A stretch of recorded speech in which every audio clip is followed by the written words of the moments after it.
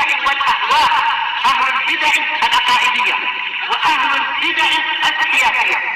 نقول بيننا وبينكم السلف، بيننا وبينكم الكتب، كان فيقول البدع بيننا وبينكم. Bismillahirrahmanirrahim. Tadi malam membahas tentang sholat memakai gamis seluar dan seterusnya. Ada juga qoba. Ana lihat kalau yang di Fathul Bari tidak dijumpai syarahnya tentang masalah ini di bagian ini dan di beberapa tempat, tapi didapatkan di An-Nihayah fi Gharibil Hadis punya Al-Hafidz Ibnul Asir. Qoba itu kata beliau adalah khamilah al-batan, yaitu sejenis selimut atau secarik kain lah, secarik kain yang agak-agak besar atau apa, yang bagian dalamnya mungkin berbulu.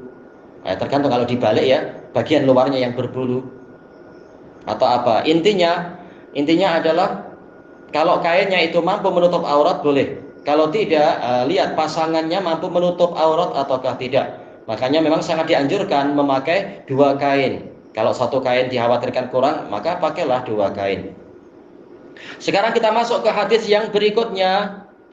Qala Imamul Bukhari rahimahullah, al-hadisus sadis wasitun ba'da salasimi'ah, 336. Haddatsana Asim ibnu Ali qala haddatsana ibnu Abi Dhi'b ani Zuhri an Salim an Ibni Umar radhiyallahu anhuma qala sa'ala rajulun Rasulullah sallallahu alaihi wasallam faqala ma yalbasul muhrim. Ada seorang lelaki yang bertanya kepada Rasulullah sallallahu alaihi wasallam seraya mengatakan, apa yang boleh dipakai oleh orang yang berihram? Faqala la yalbasul qamis, tidak boleh memakai gamis, yaitu jubah atau baju-baju yang berjahit yang sesuai dengan bentuk badan, bukan ketat tapi memang bukan sejenis selimut. Gamis adalah jubah-jubah itu, bukan selimut. Wala sarawil, tidak boleh memakai sarawil. Dijelaskan oleh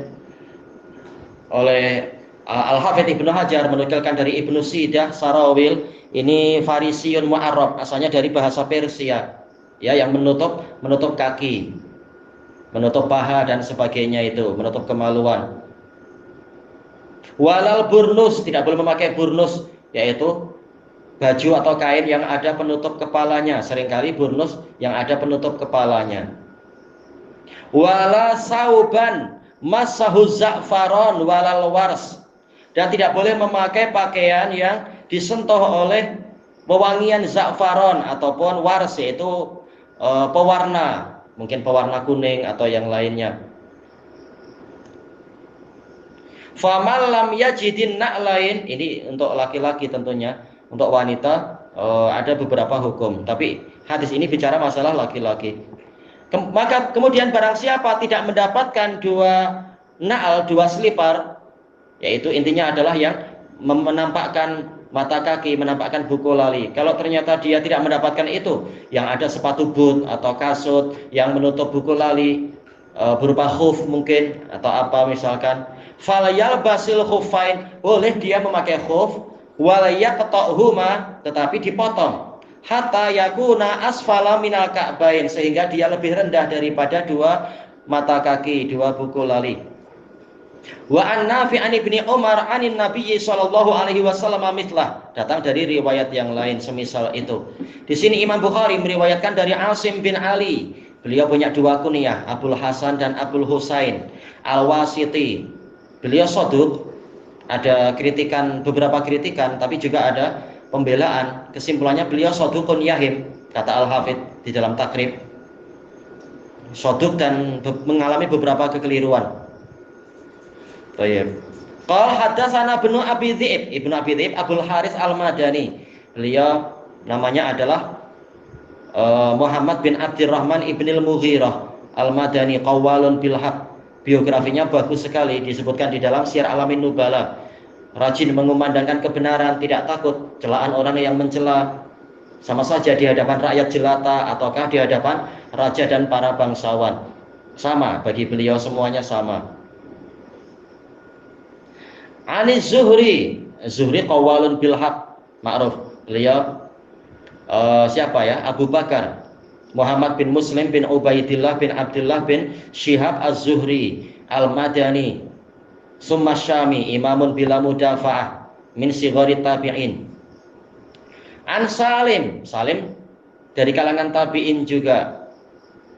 Beliau adalah Abu Abdillah, kunyahnya dua, Abu Abdillah dan Abu Umar. Kita pilih salah satu aja untuk mudah menghafalkan. Salim bin Abdillah bin Umar ibnil Khattab Al-Qurashi Al-Adawi. Beliau ajallu talamidi ibni Umar. Murid Ibnu Umar yang paling agung adalah anaknya sendiri, yaitu Salim. Tayyib. Nah, beliau bercerita, siapa? Ibnu Umar bercerita, sa'ala rajul. Ada seorang lelaki bertanya. Kata Al-Hafidh, ini tidak diketahui, diteliti, tidak diketahui siapa yang bertanya.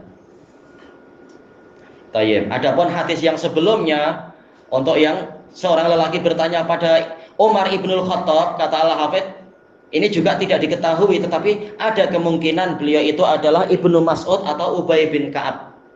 Berdasarkan riwayat dalam Musannaf, pembahasannya mendekati itu, maka boleh jadi yang bertanya memang Ibnu Mas'ud atau mungkin Ubay bin Ka'ab, karena dua-duanya berselisih pendapat tentang masalah pakaian di dalam sholat, satu pakaian ke dua pakaian. Kemudian bertanya pada Umar.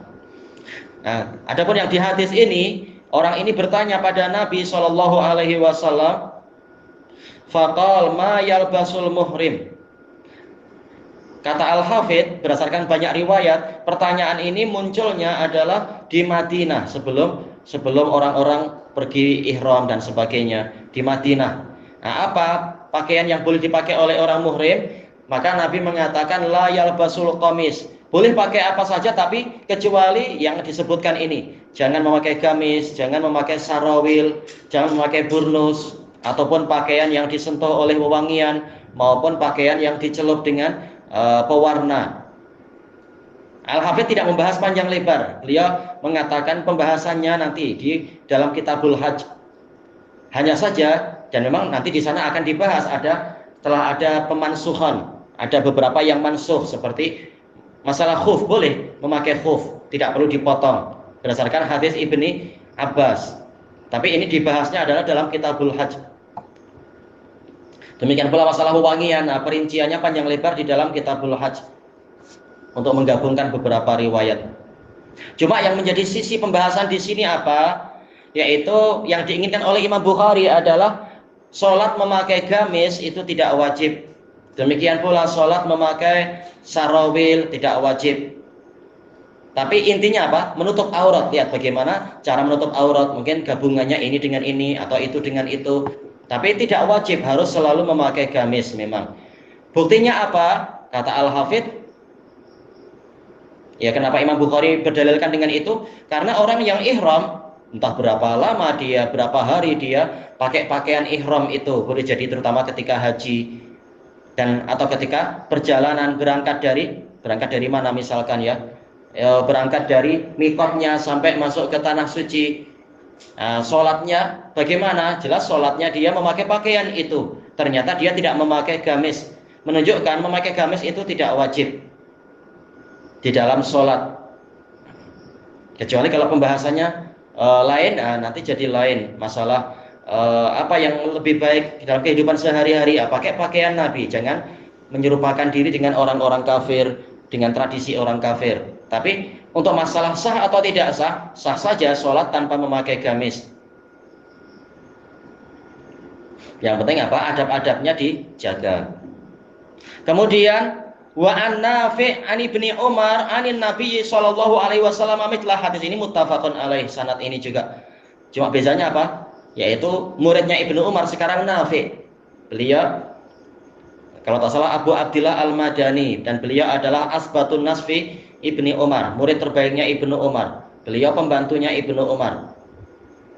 Tapi pembantunya mampu mengalahkan anaknya Ibnu Umar, yaitu Salim. Tapi dua-duanya sama-sama nomor 1. Thayyib. Ilahuna wallahu a'lam. Subhanakallahumma wa bihamdika la ilaha illa anta astaghfiruka wa atubu ilaik. Walhamdulillahirabbil alamin. Jazakumullahu khairan.